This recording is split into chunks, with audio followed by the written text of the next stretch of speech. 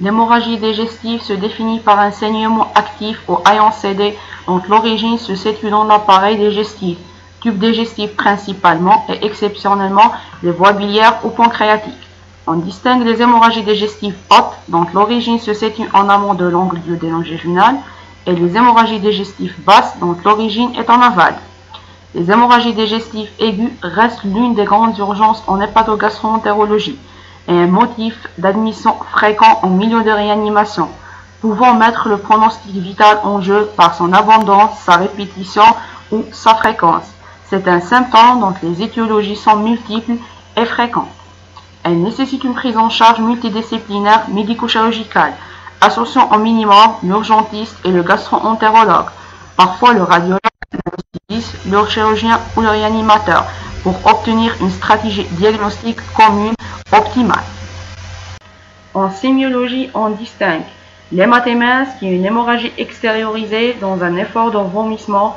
Elle est le signe d'une hémorragie digestive haute. Méléna est l'émission par l'anus de sang digéré noir et fétide.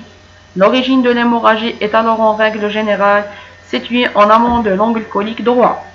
La rectorragie est l'émission par l'anus de sang rouge vif non digéré. Elle est en règle générale le signe d'une hémorragie digestive basse. Mais de point de vue étymologique, l'usage du terme rectorragie devrait être restreint au saignement d'origine rectale. Le terme hématochézie est approprié mais peu utilisé.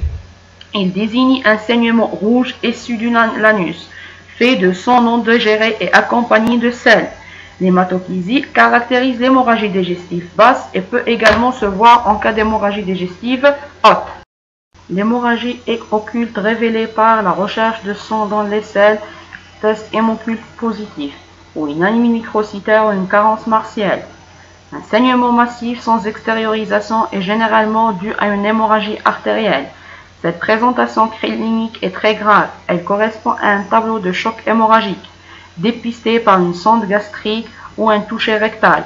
Le plus souvent, c'est un issue du tractus supérieur avec retentissement important malgré l'absence d'extériorisation dans les premières heures.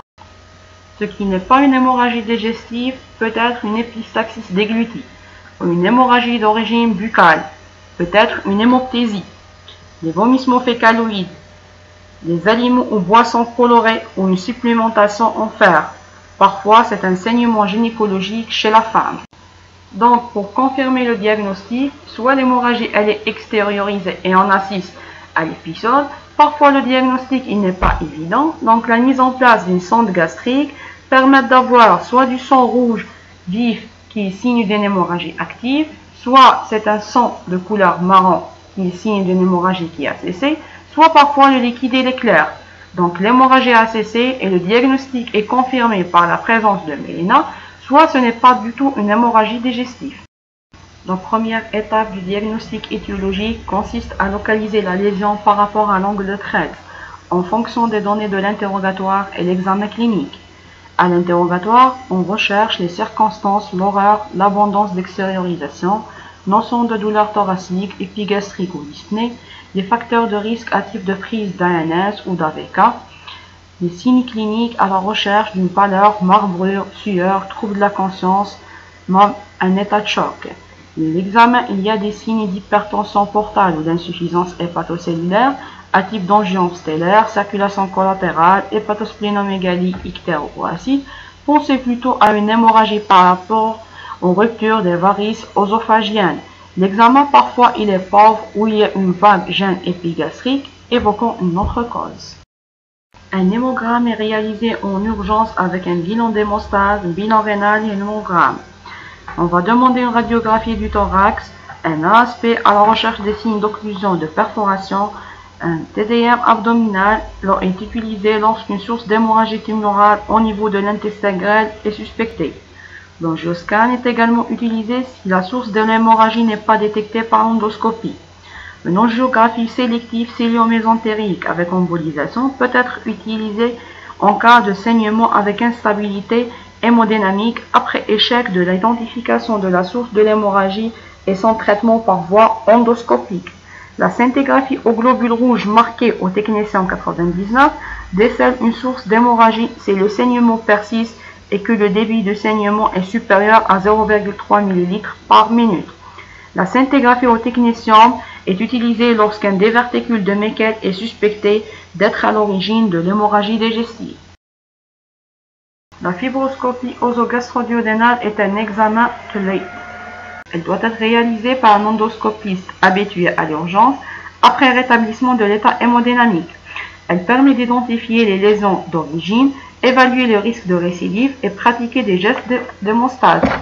La colonoscopie est l'investigation de choix lors de rectorragie. En principe, elle est effectuée après une préparation colique. La vidéocapsule endoscopique est un examen peu invasif permettant d'établir un diagnostic chez 38 à 87% des patients. L'enteroscopie à double ballonnet permet de visualiser tout l'intestin grêle. Si l'on combine avec une approche orale et anale, permettent de faire des prélèvements ainsi que traiter les lésions hémorragiques. La pan-entéroscopie intraopératoire est utilisée si les lésions ne sont pas atteignables. L'entéroscopie totale est effectuée soit après une entérotomie, soit par voie pérorale à l'aide d'un vidéo-entéroscope. L'ulcère gastro-duodénal représente la première cause d'hémorragie digestive. Les facteurs les plus souvent associés à leur survenue, la prise d'ANS, l'infection à l'Helicobacter pylori. L'hémorragie peut se compliquer d'un ulcère déjà connu ou bien être révélatrice de la maladie. La classification de Forest permet de définir le risque de récidive hémorragique après endoscopie d'un ulcère gastro-duodénal. La rupture de varices œsophagiennes ou gastriques représente 60 à 80% des causes d'hémorragie ulcérotique. L'hypertension portale est due le plus souvent à une cirrhose post-hépatique ou alcoolique. Il existe un saignement actif ou un caillot adhérent au niveau des varices de l'œsophage, du cardia ou de la grosse tuberosité de l'estomac. Le syndrome de Mallory-Weiss est une déchirure de la muqueuse œsophagienne sous forme d'une ulcération longitudinale lors des vomissements répétés. Le cancer gastrique ou œsophagien peut engendrer une hémorragie digestive haute. L'œsophagite, les gastrites sont des causes moins fréquentes. La fistule aorto-duodénale fait une saillie aortique dans le duodénum, permettant le passage du sang dans le duodénum. Pour l'hémophilie, il s'agit d'hémorragie qui s'extériorise dans les voies biliaires puis dans le tube digestif. Elle peut compliquer un traumatisme hépatique, une biopsie hépatique, une tumeur ou un abcès du foie. Elle peut se manifester par une hémorragie digestive haute, des coliques hépatiques et un ictère. Pour la rhinogorragie, il s'agit d'hémorragie qui s'extériorise dans les voies pancréatiques. La cause la plus fréquente est un faux kyste hémorragique communicant. La présentation est caractéristique, douleur solaire, hémorragie digestive et augmentation de la lipasémie. En cas de diverticule colique, on peut constater un saignement à partir du collet diverticulaire. Le cancer colique est souvent à l'origine d'un saignement minime. En cas de polype colique, le saignement est souvent occulte, révélé par une anémie chronique ou mélangé à la selle. Les poussées des maladies inflammatoires chroniques de l'intestin augmentent le risque d'hémorragie. En cas d'hémorroïde, il s'agit de rectorragie minime qui suivent la selle, éclaboussant la cuvette ou touchant le papier hygiénique. Les colites, toutes les colites peuvent entraîner un saignement digestif. Les lésions radiques peuvent être responsables de saignements récidivants. Le saignement provenant de l'intestin grêle est beaucoup plus rare. Les principales causes sont l'angiodysplasie, les tumeurs et les diverticules de Meckel. L'activité de l'hémorragie est évaluée par les lavages gastriques toutes les demi-heures, les paramètres hémodynamiques, la tension artérielle et surtout le pouls, et les paramètres biologiques, l'hématocrit et l'hémoglobine. La gravité est appréciée par l'abondance de l'hémorragie, le caractère actif ou chronique, les signes associés, les signes de choc et les pathologies préexistantes. Ainsi, l'hémorragie digestive grave est celle qui correspond aux critères définis par Camork. Une perte de sang supérieure à 1000 ml par jour ou 30% de la masse sanguine, une hématocrite inférieure à 28% à l'arrivée, une hypotension artérielle et un état de choc persistant, une transfusion supérieure à 1500 ml par jour. Le score de Rockall est basé sur l'âge, les antécédents, le retentissement hémodynamique et les constatations endoscopiques. Un score supérieur ou égal à 8 est associé à un risque élevé de mortalité. En dehors des rectoragies d'allure proctologique minime et sans retentissement hémodynamique, l'hospitalisation de tout patient décrivant une hémorragie digestive est une urgence afin d'évaluer la perte sanguine, restaurer et préserver l'oxygénation tissulaire et diagnostiquer et traiter les causes de l'hémorragie. Le patient doit rester à jeun en pose de voie veineuse périphérique avec des prélèvements sanguins, une sonde gastrique et une sonde urinaire, une oxygénothérapie nasale voire intubation si perte de conscience, prévenir l'endoscopisme et les chirurgiens. On va instaurer une surveillance clinique, hémodynamique, biologique, l'hémoglobine et l'hématocrite, et transfusionnelle, c'est le nombre de kilos transfusés. La sonde gastrique permet de confirmer le diagnostic en cas de doute, suivre l'activité de l'hémorragie et préparer l'estomac pour l'endoscopie. En cas d'ulcère gastro-duodénal, un traitement médical à base d'antisécrétoires, un traitement hémostatique lors de l'endoscopie oso-gastro-duodénale pouvant associer des injections d'adrénaline, la pose de clip ou une thermocoagulation par la sonde thermique. Un traitement chirurgical pour les hémorragies non contrôlables par un traitement endoscopique ou récidivant rapidement sur un mode majeur sous traitement médical, une vagotomie tronculaire avec séture d'une ulcère ou carrément une gastrectomie partielle. Sans oublier l'éviction des traitements gastrotoxiques, la recherche et l'éradication de l'Helicobacter pylori, le maintien du malade sous EPP en cas d'hémorragie sous INS si ce traitement ne peut pas être interrompu.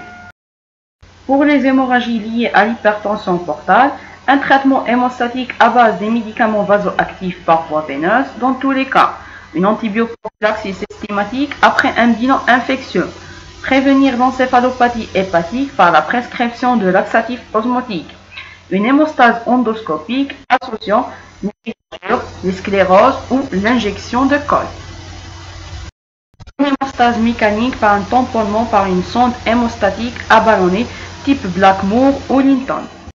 En cas d'hémorragie non contrôlable ou récidivante, en milieu spécialisé se discute soit l'option de la pose sous contrôle radiologique d'un shunt intrahépatique ou parfois, si le terrain le permet, d'une anastomose portocave chirurgicale. Après une première hémorragie digestive, des séances de ligature jusqu'à la disparition des varices œsophagiennes avec des bêta-bloqueurs à des doses efficaces permettant d'obtenir une réduction de l'hypertension portale. En cas d'hémorragie digestive basse, abondante, continue ou intermittente, la colonoscopie étant difficile voire impossible à réaliser. L'artériographie cœlio-mésentérique permettant le diagnostic et le traitement. En cas d'échec, c'est la laparotomie exploratrice aidée parfois par la coloscopie. La coloscopie peut mettre en évidence des lésions non visibles en artériographie et peut être thérapeutique comme dans le cas des angiodysplasies, grâce à la coagulation ou la sclérothérapie ou le laser. Le traitement chirurgical s'adresse essentiellement aux hémorragies mettant en jeu le pronostic vital, mais peut également se discuter en cas de récidive itératif. On doit éviter deux erreurs. Opérer à tort un malade dont l'hémorragie aurait pu céder avec un traitement médical, mais surtout opérer trop tard un malade qui risque de mourir, soit du fait de l'hémorragie, soit la défaillance viscérale. La décision de l'intervention est en fonction de deux facteurs. Le nombre de kilos transfusés, la limite supérieure c'est 6 à 8, et le terrain, le sujet polytaré et âgé. En conclusion, les hémorragies digestives restent une urgence médico-chirurgicale engageant souvent le pronostic vital. Leur gravité est plus liée au terrain qu'à l'importance de l'hémorragie. La mise en œuvre des mesures de réanimation afin d'obtenir une stabilité hémodynamique est un préalable indispensable avant d'envisager la stratégie diagnostique. En effet, les difficultés de la prise en charge résident surtout dans le diagnostic étiologique, en raison de la surface muqueuse à explorer et dans l'inaccessibilité de certaines lésions. La plupart des lésions identifiées relèvent d'un traitement bien codifié, mais le pronostic peut rester sombre en raison du terrain sur lequel elles surviennent.